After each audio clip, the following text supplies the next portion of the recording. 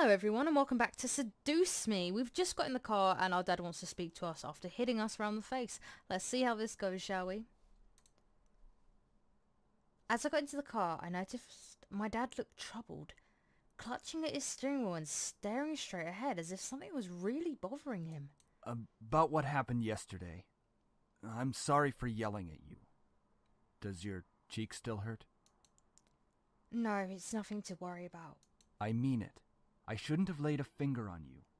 You know that you're my most precious daughter. You're all that I have.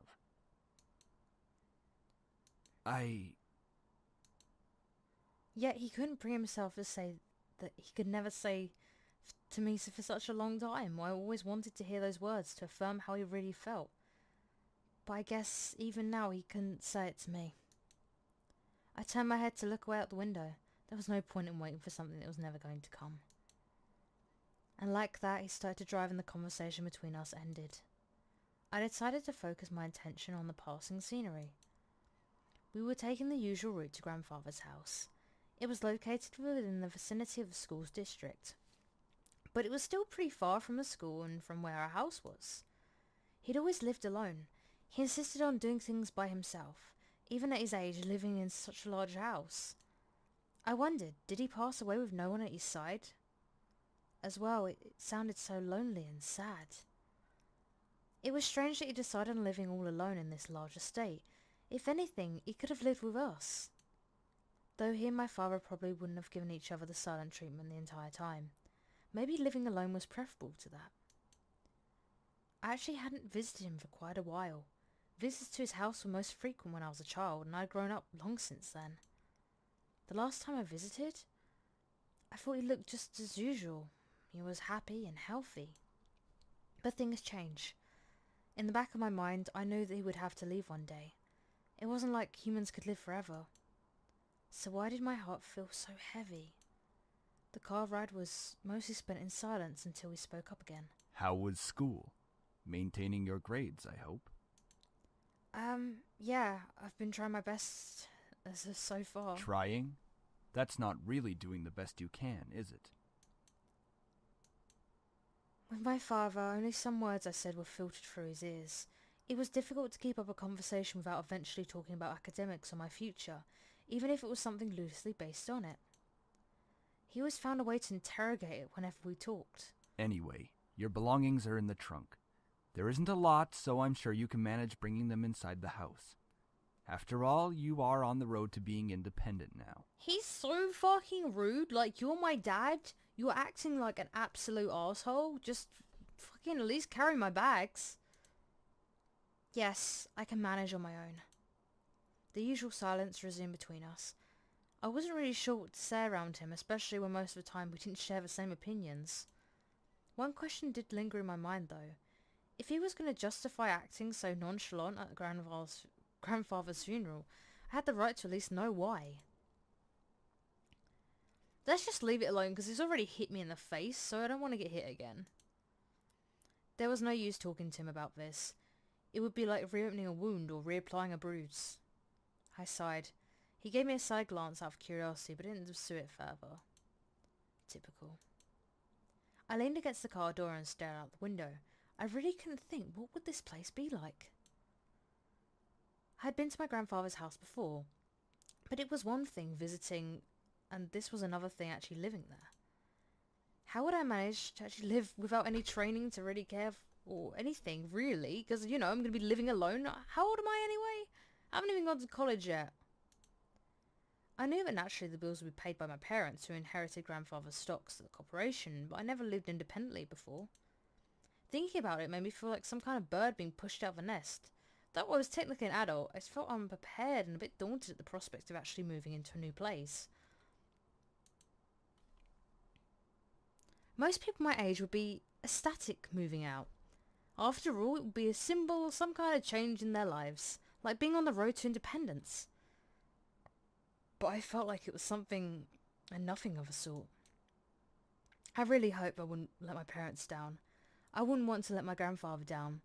What would he be saying right now? I gazed up at the clouds in the sky. If they're out there, if you're out there, grandfather, what would you be doing at the moment? Would there be anything you want to tell me? And of course, no answer. What was I doing, searching for an answer in a heaven that would not ignore or exist? I ducked my head to stare at the blur of trees and cars from the car window. My head was definitely going into the clouds era at the moment. Either way, I found myself being driven off to my new home. The car rolled to a stop and I drifted out of my thoughts. Here we are. Go on in. Alright, tell Mum I love her. All right. I love you, Dad. No, make sure you come visit by us often. No, I'm going to miss you loads. Nothing other than a blank stare. I paused a bit before reaching for the car door handle, waiting for any form of a goodbye, but he didn't speak again. I sighed and exited the car. Hearing my dad pop open the trunk, I saw the 2 large bags packed last night. They were large enough to carry only the things I needed. I took them out, placed one bag on each shoulder and closed the trunk. He then drove off, leaving me alone in front of the mansion. I watched the blue car fade into the distance of the road before turning to see my new home. There it is. It's huge. My grandfather gave me this? It's hard to believe. The house was framed by a set of tall gates, and I hesitantly pushed them aside to take in the entire estate. The house still looked like it was when I last visited him. At a glance it seemed kind of intimidating with its size, though if I came closer it was clear that there was more to it than that. The brick walls were framed by strawberry and lovely flowers, giving it a homely and welcoming look, but in contrast the tall doors into the house gave me a feeling of grandeur. Who knew what was waiting for me? But I wouldn't hold back at this moment. I took out the key to the front doors and unlocked them. Well, might as well make myself at home. I'll be staying here for quite a while anyway. That's when I saw them. Lying on the floor was a group of men. They were all unconscious, but there was no explanation as to why they were there in the first place. I dropped my bags and I let the door close on its own behind me. Who the heck are these guys? Why are they here? What's going on? Some of them had open wounds. The blood was staining the floor and the scent was intermingled with the sound. I couldn't help but feel bad for them instinctively, but nevertheless I was shocked and a bit angry at the sudden intrusion. My mind suddenly went from caring and concerned to confused and demanding answers. Who are you guys? No response. I'll call the police. Still nothing. None of them seemed to be awake to answer or respond to me. It seemed surreal to have random strangers in the house I just moved into, but I wanted answers, quickly. That was until... Get away from me!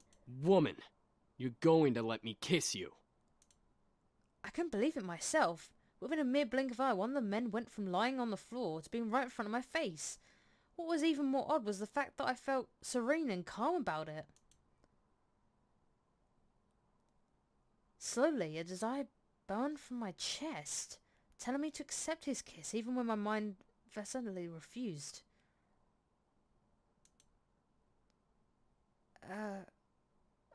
Go ahead. Good. As he kissed me, I could feel my body go weak. I don't know why, but kissing was draining me of my energy, and yet it was so good and made my heart sing. It was strange and a tingling that danced over every nerve of my body. I could feel streams of intangible energy run up and down into my lips. It felt odd, but at the same time it felt amazing. Sam, stop it. The person kissing me, Sam was his name? Glanced behind him. I said stop. Now. Fine. I finally pulled back, and I was left standing there in a daze. Huh? I couldn't tell what was going on. My mind was completely enwrapped by the kiss and the thoughts that melted into the depths of my forgotten memories. Please forgive my brother. He's a bit reckless. At least I feel a hell of a lot better than you right now. Because you used your abilities on her. Sam, you're such a reckless brute. Taking advantage of a beautiful young woman like her. Shut that pretty boy mouth of yours before I rip it off your pretty boy face. Sheesh, you guys. Can we not fight right now? Not all of us are in the best state. I like his pirate t-shirt. I guess you are right, Matthew. I agree. However, as the men got up and started to chat freely, my thoughts began to resemble, and I remembered my confusion and anger once again, only now multiplied tenfold. Huh? Did you say something beautiful? And I exploded. What is going on? Why the hell are you here in my house? Why are you all wounded? Why did you kiss me? Who are you guys? I couldn't help exploding. But after being taken advantage of and being left in a mush state, my words escaped without filter. I definitely scared the men around me, even the one who kissed me. Wait a second. The guy who kissed me. Ouch! What's your problem? What's your problem? You can't go around forcing people to kiss you like that. Are you some kind of pervert? Pervert! It was only a kiss! It meant nothing to you, but it means a lot to me. What? Was it your first kiss? Ow! Hey! What was that for? I know first kisses aren't exactly amazing and full of sparkles and something out of a fairy tale, but I at least expected it to be more than just something forced. So it was your first kiss. Stop making such a big deal out of it. Are you asking to get punched again? Well, what do you want me to do? It's not like I can somehow take it back. Ow! You're just being violent now! You deserved it. Anyway, if you try to pull any funny business in the future, just a fair warning, I know taekwondo. I think I've bickered enough. Time to go back to the main issue. So, what exactly are all of you doing in my house? Feels like gang rape a little bit. Miss, please forgive us in our intrusion. We didn't know this abode belonged to anyone, nor did we have the time to take that into consideration. What do you mean? You don't just barge into people's houses. We wouldn't have had to if we weren't as wounded as we are currently. We just escaped from a deadly fight that could have ended our lives. Luckily for us, your home was near and the windows were unlocked, so we quickly came inside. The last time I remembered, there were laws preventing strangers from stepping onto private property, although considering the severity of their wounds, it'd been serious. I guess that explains the wounds, but not why he kissed me. He absolutely had no right to do that. Well, lovely flustered lady, it's hard to explain, truly. We're not exactly normal.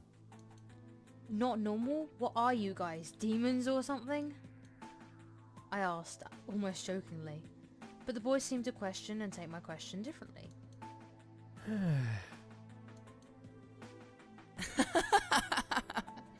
Well, yeah, actually, something like that.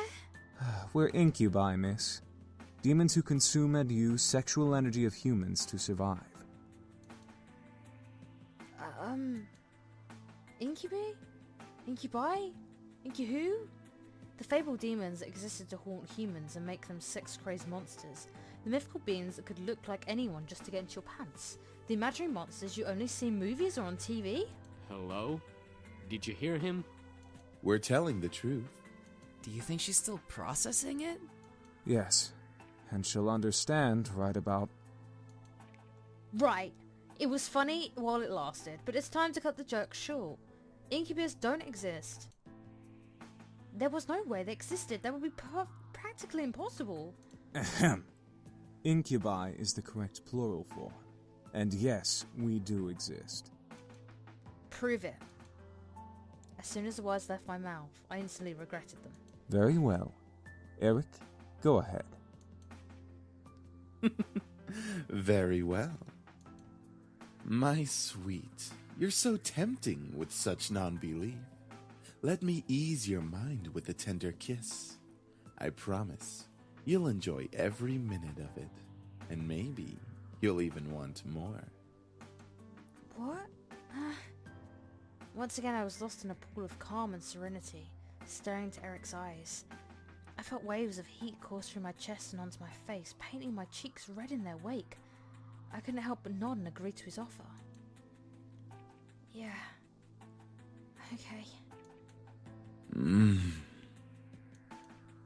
With another kiss, my heart began to flutter once again in my chest, and my mind was set spinning in a heated, passion-filled pleasure. Yet I could feel my body drain energy as he kissed me. All right, that's enough. Aw, very well. I feel so much better. As he pulled away, I was left in a mental mush pool.